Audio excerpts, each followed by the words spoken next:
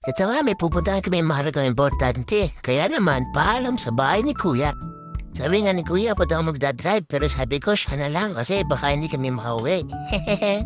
Ito nga sabi ng tatay, sa kaliwa kami niliko, pero sa kanan pala. Ewan ko din. Pero sabi ko sa kanila, okay lang yun. Sabi ko, kapit na lang kayo at magka-teleport tayo. At ito nga, nandito na kami sa aming pupuntahan. Ito yung sabi ko, mahalagang importante. Kasi ito yung upahan ni Kuya para paglagyan na kanyang mga sapatos. Wala nang display ng mga sapatos. Kung makikita nyo ito, sobrang dumi pa kasi di pa inaayos.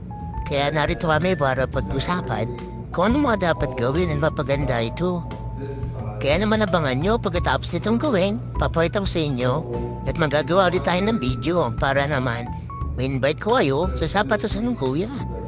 At ito nga, kung mapapansin nyo, pinapaliwanag ni Sir kung ano nga dapat gawin. Sinasuggest niya sa Kuya kung ano yung maganda, mga hindi dapat. Ewan ko nga, ang bilis na mag-English kasi hindi ko rin maintindihan. Baharan si Kuya dyan. Ito nga sa part na to, dito lalagay yung cashier. Tapos yung sa likod nito, ito yung pinaka-back office namin. Ito yung mga kaibigan nating multo. Ay, mga alat pala. Nalito niyo ba? At ito nga, focus na si Kuya sa sinasabi ni Sir.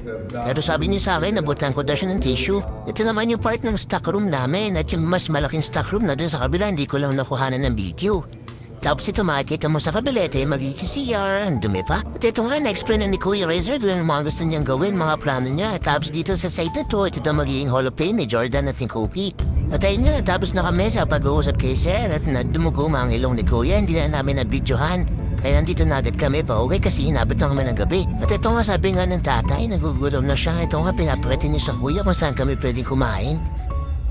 At ito nga kami dinala ng Kuya sa Ginseng Barbecue Karaoke. Sabi nga ng tatay, hawaan na katana kasi labat-lambat naman ang tuwad mo, baka matras ka sa yelo. Yan, nakatipan naman ang ulo mo. At ito nga, napakaswerte namin, nabutan namin na open pa siya. At makapansin mo nga, pagpasok mo pa lang, may Koreano na. Sangyupan pala. At ito nga, dapat pagpasok mo ng pintuan nila, dapat lilinisin mo yung sapatos mo kasi ang daming yelo. Kasi kitang-kita niya naman, sobrang linis ng sahig nila. Kasi pinaplorwakan pa, pinaparinta, but sobrang linis talaga. Ito nga, pagpasok namin, nagulat kami, sobrang daming kumakain. Wala na yata kaming table para sa amin. Ito nga, pinasap na ni Kuya yung may-ari. At after 3 hours, ayun nga, meron na kaming available na table para sa amin. At nakita nga namin dito si ate, Pilipina din siya. At napakabait niya. Siya nagkasi sa amin para mag-ayusin ang table namin. Kung makapansin nyo nga ito, 2 lutuan lang siya. Kaso 3 kami, pero okay na yan. Kasi maruluto din naman yan. Makakain namin lahat ng sarap na pagkain dito. At ayan nga, sabi nga ng tatay, bilisan namin dahil siya nagugutom na. At ito ang palaka namin ni Kuya para tingnan namin yung lahat ng mapipili namin pagkain para lutuin. Ito nga, patingin-tingin kami sa sakin. Sobrang daming tao. Ito na nga tinanam ng buhok ng pagkalimu ko ba. Tapos dito, ko niya ako ng beer. Pero sabi ko, hindi na naman ako nag-iinom. Good boy tayo. Tapos sige, diretso na lang tayo dito. Tetsya nga, kung mapapansin nyo, sobrang haba ng pila dahil pa kumove. Kaya ito naman si Kuya, ito soup naman ang inuna niya. At kung mapapansin nyo, ito nakakahilo naman yung video dito. Hindi pa talaga ako marunong kumuha ng video. Kaya ako lang kumukuha. Sabi kasi na tata, ayaw ng pork, ayaw ng beef, ayaw ng chicken. So ito ay laman ng kalabaw. May kalabaw din pala dito sa Canada. Ito kasi yung kalabaw, ito yung part ng kanyang bato. At sabi ng Kuya, ito mas maharap daw ito yung part ng kanyang paa. Paa ba talaga yun o hita? Hita yun, hindi yun paano ba? Tapos ito naman, kumuha ako ng part ng kanyang puwetan. Puwetan to ng kalabaw. Oo, masarap daw ito, sabi ng Kuya. Kaya dinamihan ko. O ito, sunod. Kuha naman ako ng atay balunan ng kalabaw. Ito to yung pinaka main course sa parte ng kalabaw. Napakalambot at malasa. Ano kaya sunod kong kukuhanin dito? Ito nga, nakita ko. Ito masarap to, ito yung dila ng kalabaw. Kitang-kita naman, pulang-pula. Malasang-malasa. Konti lang kukunin ko dito kasi ewan ko ba kung ano yung last kinain ng kalabaw na to. Tuwasan ako niya pero hindi na, ito na lang hipon. Kasi itong hipon masarap, kahit maliit, masarap. Wala na siyang ulo kung mapapansin niyo. Ang paborito ng asawa ko to, kahit maliit to. So, masarap siya, ewan ko pa sa kanya. Ito, dadamihan ko na para sa'yo. Para kahit na sa Pilipinas siya, masasarapan siya. At ito nga, At ito nga request ng tatay kasi naiwan niya ang inay sa Pilipinas kaya itong tahong ni Carla ang gustong gusto niya kasi miss na daw niya. Kung mapapansin niyo, madami ang kinuha ko. Kasi alam niya na 3 months na kami dito sa Canada at miss ko na rin itong kainit.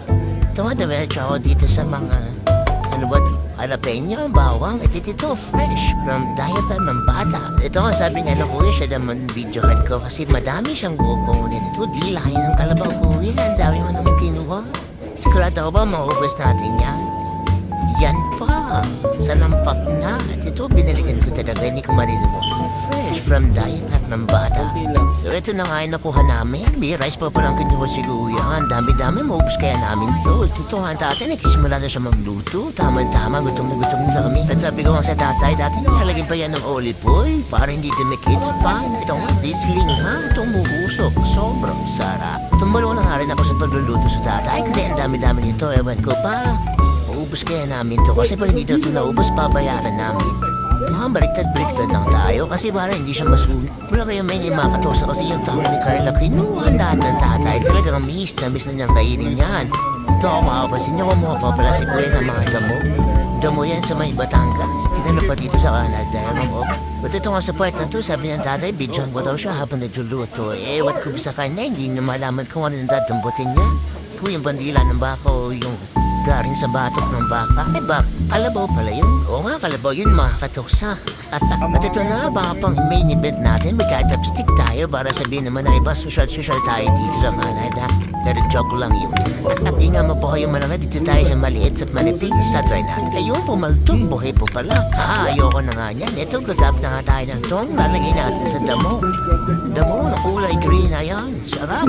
Tapos salo natin yan sa sauce. Sheesh, ito nga nagpapabidyo nga. Kuya, sabi niya siya naman daw para naman siya ang bita. Sabi niya mo kayo, video na video. Tingnan mo yung niluluto mo. Ito mo, sunog na. Tingnan mo yan. Diba? Sunog na. Oo nga naman, patay tayo dyan. At ito nga, nagtinidor na tayo sa hipon. Makikita niyo, sasaw ko yun sa toyo na may sili. Yung pa sa spicy sauce ko, sobrang sarap niyan, maanghang. After nan, nilito na si Ann Kuntil. Ito nga ang pinaka-main event. Ang tahong ni Carla, ang miss ng tatay. Sinawsaw ko sa maanghang, lalagay pa sa dahon na binabad sa spicy sauce. Yan, umakita niyo. Medyo marunong na mong chopstick niyan. At ito nga, after 5 hours, may tinatapos na namin yung nagluto namin. Guys, kailangan talagang ubusin to kasi naman babayaran yung iba. Ito nga, kung makapasin nyo, pilit at pilit na kumain ng dalawa. Kasi sabi nila, high blood na sila. Paano natin naubusin yan? Lagot tayo niya. At ito nga, may naisip kami yung paraan. Ginawa namin, kaya nagkarat lang namin sa iba't ibang plate yung ibang tira para masabi na wala na. Sabi naman dito ng kuya, istinaran daw tayo kasi wala tayong pambahad, wala pala dala siyang wallet. Ito nga ng tatay, pag garindik na, ito utas na ng tawa. Ito nga, tumakas na kami. Sabi ng kuya, bilis. Mabuti na tayo ng maladyatan. Ito nga ng tatay, sabi niya, huwag kang mag-alala. Picturean muna ko dito. Para naman may remembrance tayo na hindi tayo nagbayad. Kitang-kita, may evidence. Ito nga sabi ko nga, sige, post kayo dyan at pipicturean ko kayo. Pero hindi niya alam, video naman pala. Sabi ko, okay na, kahit hindi naman okay. Para makasakay na kami sa sasakyan. Kasi sobrang lamig talaga dito. Paano mga katawsa? Sa susunod na video, abangan niyo rin kami. Maraming salamat. Bye-bye!